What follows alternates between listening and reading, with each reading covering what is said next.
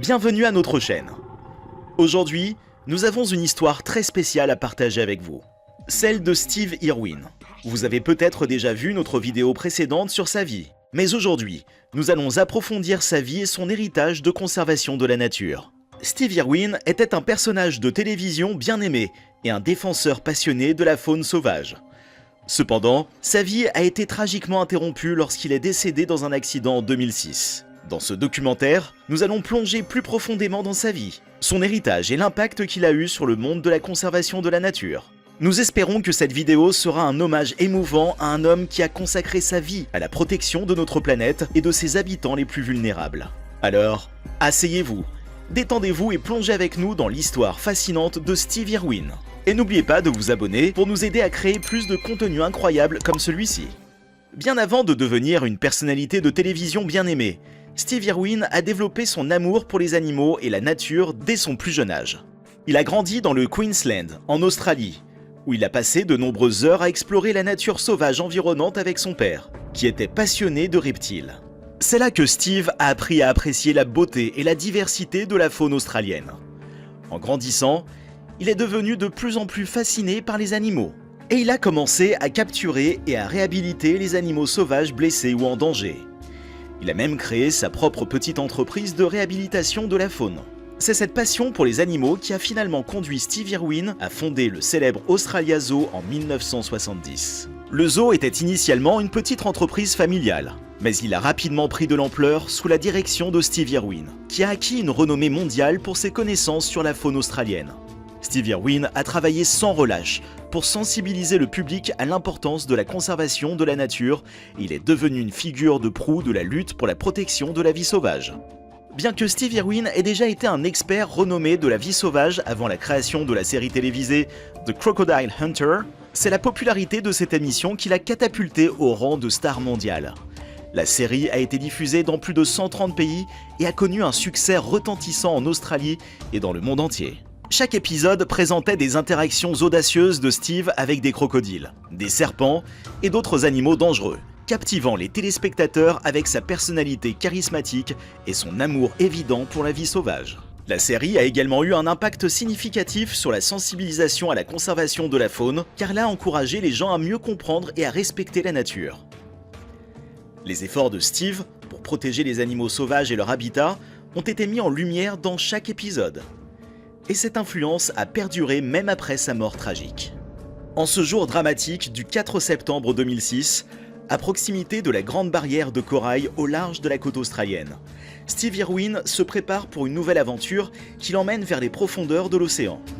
Accompagné de son équipe, il s'apprête à tourner des images sous-marines pour un documentaire intitulé Ocean's Deadliest. Ce n'est pas la première fois qu'il se met en danger pour partager sa passion pour les animaux avec le monde entier.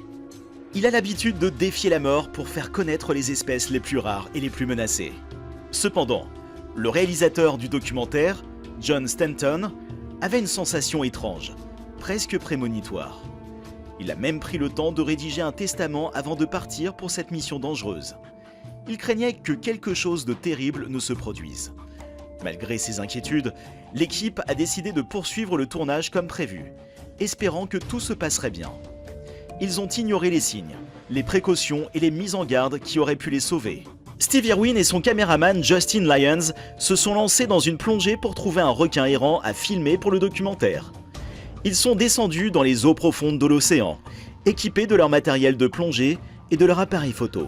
Ils cherchaient un endroit pour trouver un requin, mais l'eau boueuse compliquait leur mission. Les deux plongeurs ont exploré les fonds marins pendant un moment, mais ils ont finalement décidé de mettre fin à la séance de tournage pour la journée, faute de trouver un endroit adéquat. C'est alors que Steve Irwin a repéré quelque chose d'inattendu.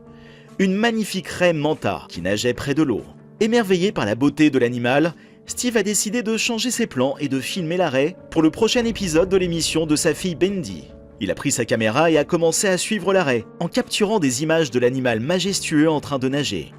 La raie qu'il a trouvée était une espèce rare à anneaux bleus. Elles sont considérées comme l'une des créatures les plus mortelles de l'océan, car leur venin peut provoquer une paralysie respiratoire en quelques minutes seulement. Leur couleur distinctive est un avertissement aux prédateurs potentiels de leur toxicité.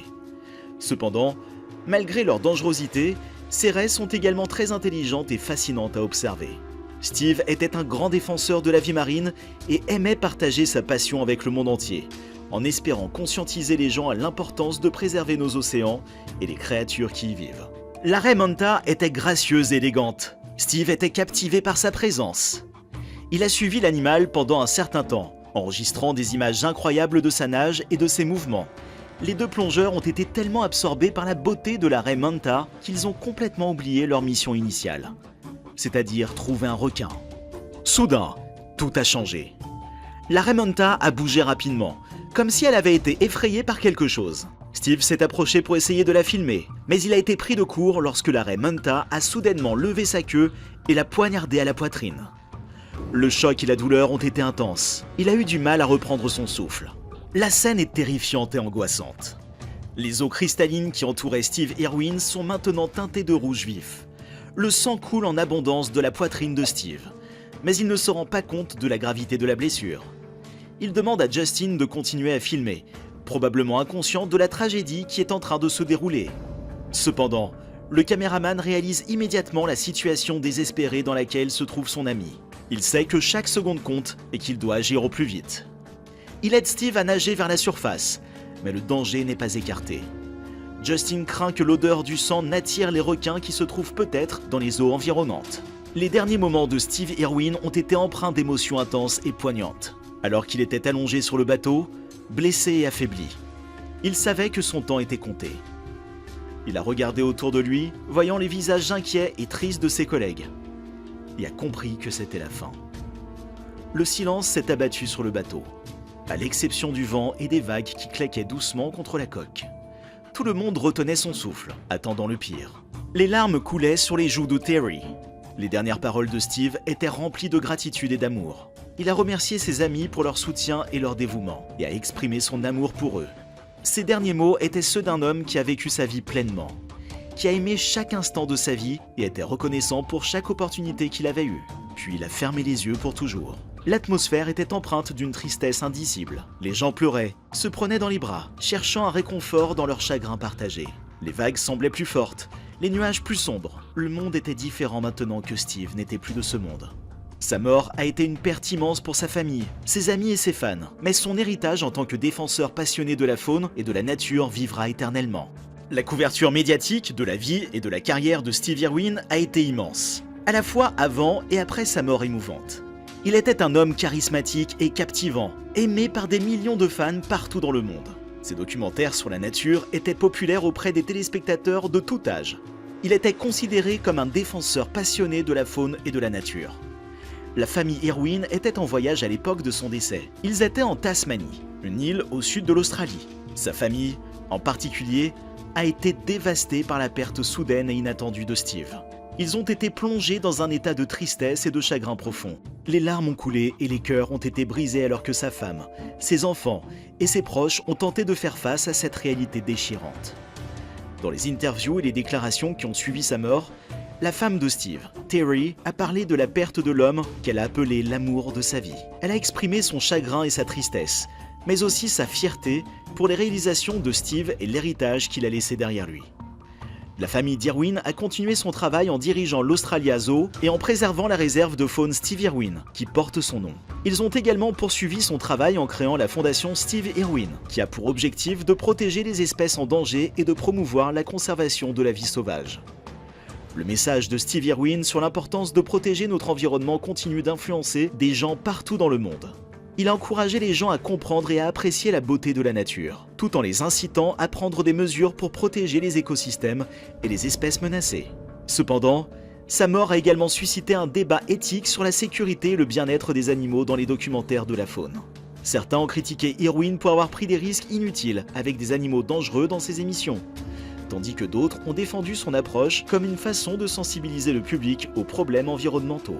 En fin de compte, le décès prématuré de Steve Irwin a laissé un vide dans le monde de la conservation de la faune. Mais son héritage est indéniable.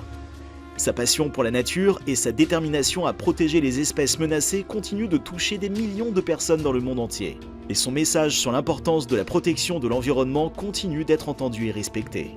Voilà qui conclut notre histoire sur Steve Irwin, un défenseur passionné de la vie sauvage qui a consacré sa vie à protéger les animaux et leur environnement naturel. Nous espérons que cette histoire vous a inspiré à agir pour préserver la nature et à continuer l'héritage de Steve Irwin. Si vous avez apprécié cette vidéo, n'hésitez pas à la liker et à vous abonner à notre chaîne pour ne pas manquer nos prochaines vidéos. Vos commentaires sont également les bienvenus pour nous aider à améliorer notre contenu. N'oubliez pas que la vie sauvage est fragile et qu'il est de notre responsabilité de la protéger. Soyez respectueux envers l'environnement et les animaux qui y vivent. Et surtout, évitez de les provoquer ou de les approcher dangereusement. Merci de nous avoir suivis et à bientôt pour de nouvelles histoires tout aussi inspirantes que passionnantes.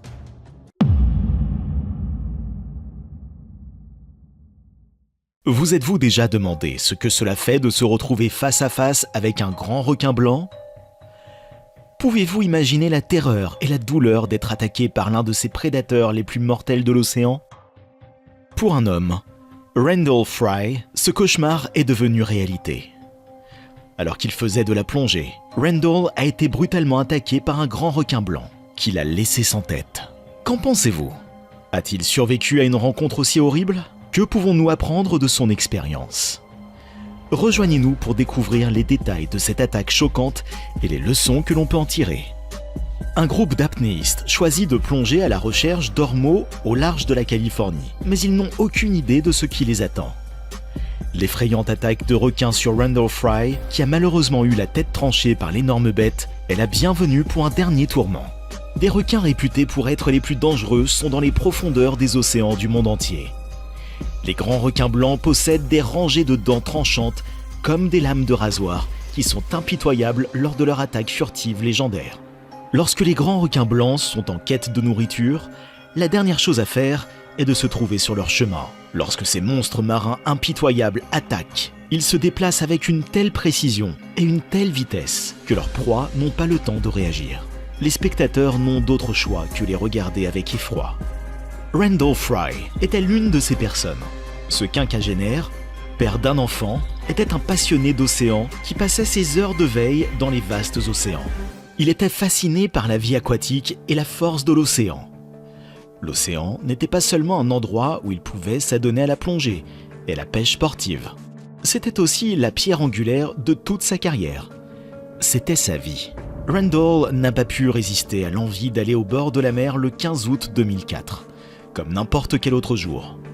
C'était un beau dimanche après-midi, la mer était calme et respirait en cadence. Randall était assis dans un restaurant au bord de la mer lorsqu'il a remarqué les vagues qui se rapprochaient progressivement de la côte. Le murmure des vagues qui se rapprochaient de la plage était captivant. Il a senti que la mer l'appelait. Alors lui et ses compagnons de plongée de longue date, Cliff Zimmerman et Red Bartley, ont répondu à l'appel et sont partis vers la côte de Mendocino, à la recherche d'ormeaux. Les trois n'avaient pas encore atteint leur objectif de l'après-midi, à savoir attraper des ormeaux, une sorte d'escargot marin que l'on trouve dans les environs à bord. Le trio était aux anges lorsque la brise fraîche de l'océan a caressé leur corps sur le bateau de pêche de 28 pieds nommé Dolphin. Ils ont parcouru la mer Bleue jusqu'à ce qu'ils décident que l'anse protégée de Cabecilla Rock était idéale pour la chasse aux ormeaux. Ils ont utilisé la canne à pêche au bord pour attraper quelques morulingues en chemin. Leur voyage imprévu en bateau a commencé de la meilleure des manières lorsqu'ils ont jeté l'ancre à 10 miles de Fort Bragg. Le trio était déjà venu à cette crique et la connaissait sur le bout des doigts.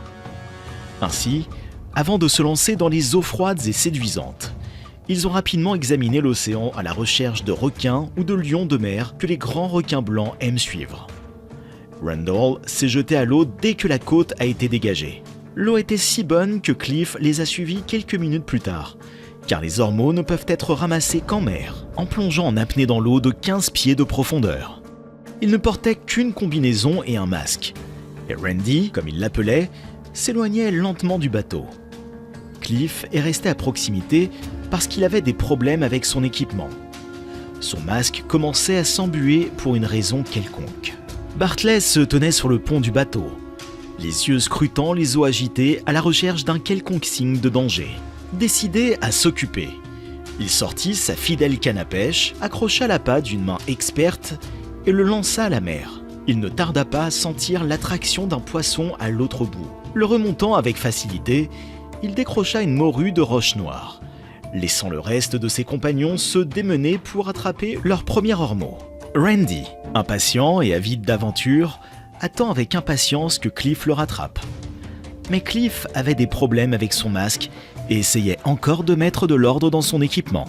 Alors qu'ils discutaient, la tête ballottée de haut en bas à chaque respiration, Randy décida qu'il ne pouvait plus attendre et plongea plus profondément dans l'eau.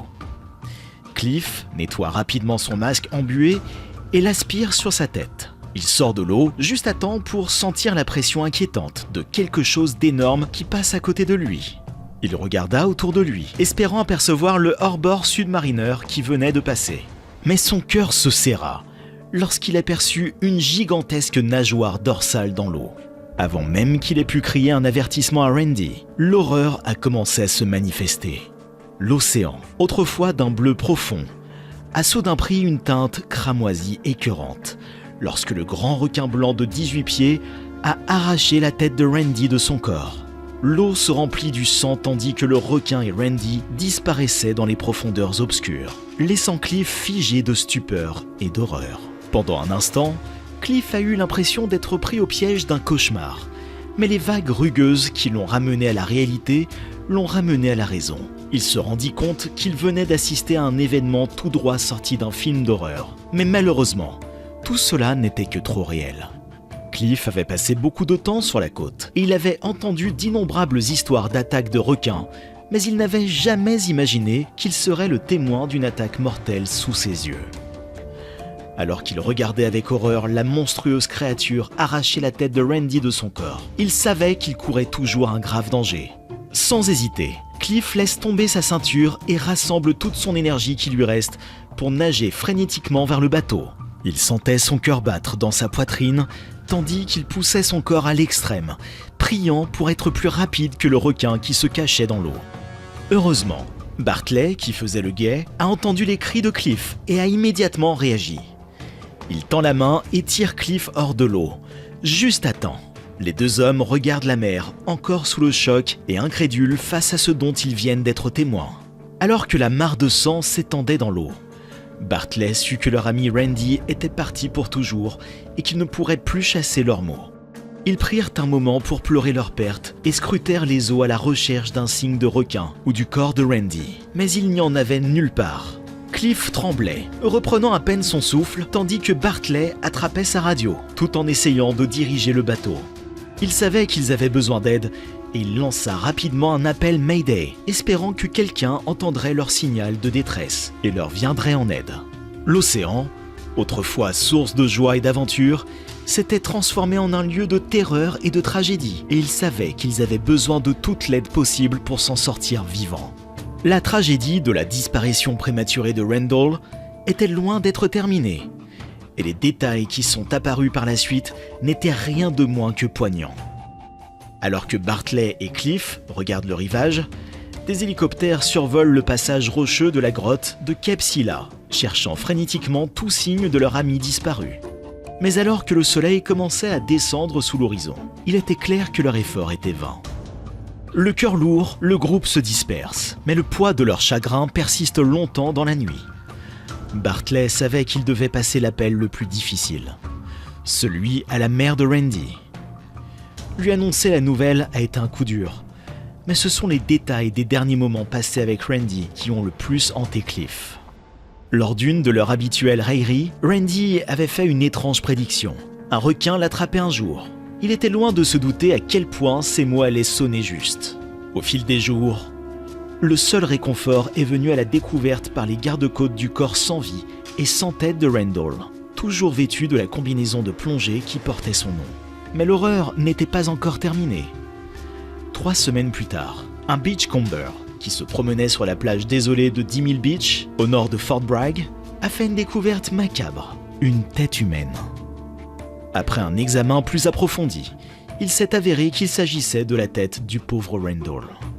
L'enchaînement tragique des événements était presque trop difficile à supporter. Et le fait de savoir que la vie de leur ami avait été interrompue d'une manière aussi insensée et horrible était presque trop difficile à comprendre.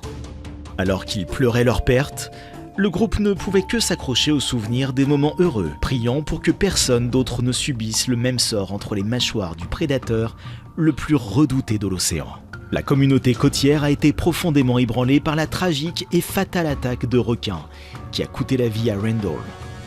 Cet homme s'était consacré à la défense des pêcheurs et des plongeurs de la région.